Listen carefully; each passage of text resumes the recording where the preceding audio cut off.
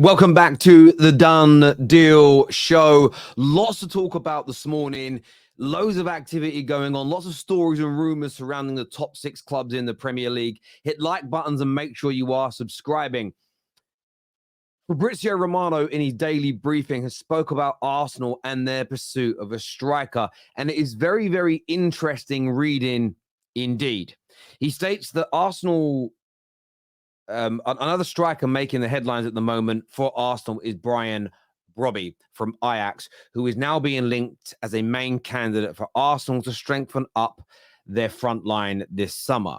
Still, it seems like there is almost 10 names per week being described as a favourite candidate for Arsenal right now. First, it was Isak, then it was Gyökeres, Sesko, and now Brobby. And this is very true. Arsenal are being linked to an absolute plethora of strikers at this particular moment in time. And it's hard to know where the truth lies. There have been some reports suggesting that the deal for Gyökeres is close. There are other reports stating that Isak is the main target. In the last few days, it's been said, actually, no, Isak is off the table. Ivan Toney's off the table, and it's Sesko that they are going for. And the truth of the matter is that Arsenal are likely looking at most of these strikers right now. They're looking at most of them. And the reason they're looking at most of them is they don't know who they're going to be able to get just yet. Sometimes you have transfers like the Declan Rice deal where the player is committed to you very, very early. But Sesko, as an example, his agent is talking to a lot of clubs. Benjamin Sesko has got interest from multiple clubs across Europe. So Arsenal are not 100% convinced that he's the guy. You've got Isak. Isak, I believe, personally, if Arsenal had a magic wand and these guys are all available, they'd go for him. But Newcastle may not agree to sell him. So therefore, if you put all your eggs in that basket, you miss out on him, and Gyökeres and Sesko and whoever else it may be sign for other teams because they no longer feel wanted. You're in trouble. Arsenal right now are spinning multiple plates. Now, of course, you get the uninitiated that will say, no, this is just the media making up stories. It isn't. Clubs will often speak to multiple players from the same position. Sometimes they have a number one target that they go after, and if they miss out on that player, they'll focus on another part of the pitch. Other times, clubs have 2 or 3 targets that they are focusing on at any one particular time. So there's going to be multiple stories surrounding this. I'm not convinced that Robbie will be the guy that Arsenal go for, even though the headlines are stating it. I still think Isak, Gyökeres, Sesko. These 3, I believe, are the 3 main priorities for Arsenal when you read prior stories. But I'd love to get your views and your opinions in the comment section below.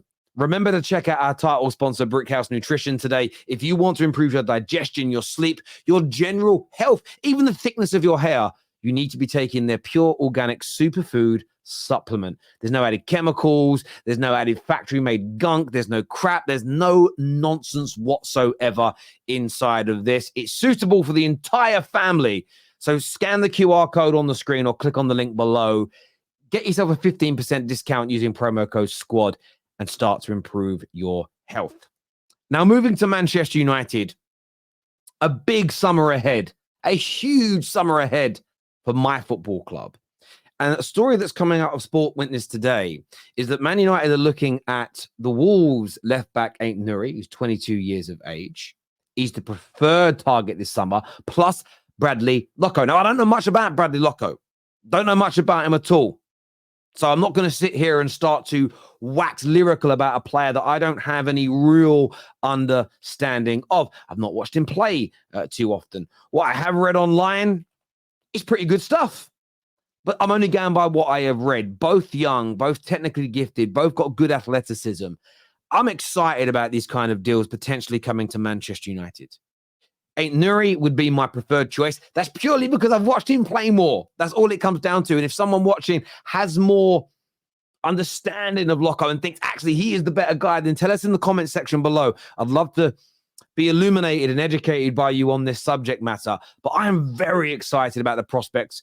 We have needed a left back to challenge and hopefully surpass Luke Shaw for a long time at Manchester United. And Nouri, for me, very solid defensively, but in the attack, moving forward, very, very impressed. We still don't know what direction we're going in as a club, whether we're going to play 3 at the back, wing backs, full backs, etc.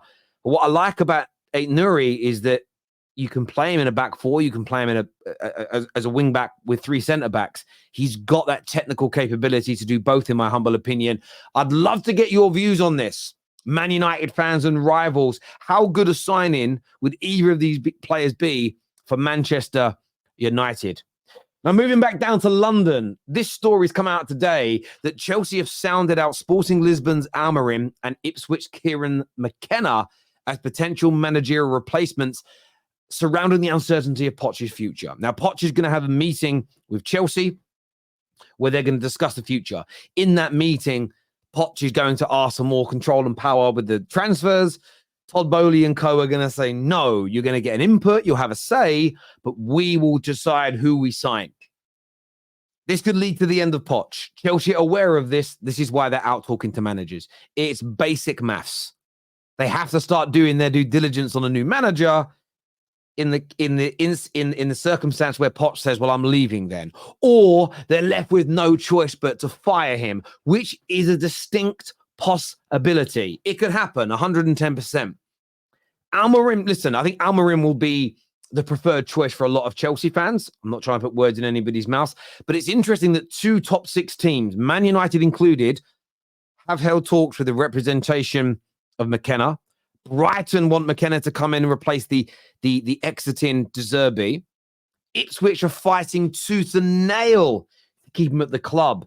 There's a very talented manager in McKenna. This was predicted 4 to 5 years ago by a number of people very close to him and a number of football people within sort of the English football pyramid. There was a feeling that Kieran McKenna had the insight, the knowledge, the communication skills, and the coaching ability to become a manager of one of the top 6 clubs in England. It now appears, yes, 2 fallen giants within the top 6 who have been nowhere near the standard that their clubs want to be at for the past few years, but they are looking to grow and move forward. And here's a player that is on the tips of their tongues. And there's this part of me that would love to see him be given an opportunity at a big club. There's another part of me that thinks, is it a little bit too soon?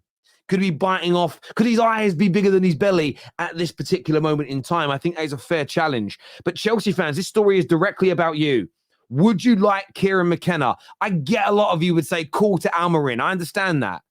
But when it comes to the Kieran McKenna links, these are true links. These are real links. Multiple sources, multiple outlets now reporting that these conversations have taken place. Give us your thoughts and your feelings in the comments section below. What's also been pushed out today by the Express is that Chelsea are no closer to agreeing a new contract for Conor Gallagher, who is linked with Aston Villa and Tottenham and could be sold to appease profit and sustainability rules. This is still one of those big conundrums. I understand. I don't think he's that great, Conor Gallagher. I understand Chelsea fans are not that bothered if he stays or goes. If Poch leaves, it's probably an easier conversation to have, but Poch loves him. Poch has got you playing well. He's been your captain. There is a big percentage of Chelsea fans who rate him. So I'm not arrogant enough in my own subjective opinions of a football player to ignore the views of other people, including the current manager of Chelsea, who's done a very good job in the last few months of getting Chelsea European football and really started to turn their fortunes around. Do Chelsea have to do whatever it takes to keep Conor Gallagher, or is it right for them to say, do you know what? We see you as a mid-level squad player, and as we move forward, we're going to develop the Lavias, the Caicedos, the Enzos. They're all so much better than you. You're not even going to have a first-team berth. Therefore, there's very little point in us paying you like one of our stars if we don't see you as one. I'm trying to be objective here to this conversation. So let me know in the comment section below. And moving up to the current champions, 4 Peters, Manchester City. Lucas Paqueta, we know personal terms are agreed between the 2 clubs. Paqueta's camp want the FA to resolve the gambling allegations so they can revive the £70 million move to Manchester City. City still want to sign him. He wants to go. West Ham want the money. But what's holding this up is the allegation of gambling rules being broken by Lucas Paqueta. Similarly, when he read the reports to what Ivan Toney did, Manchester City they are a well-run club. How they generated all their money, that's going to be decided in court. Let's park that to the side. Let's ring fence that. How they run the club day to day, their decision-making is invariably perfect. Invariably perfect.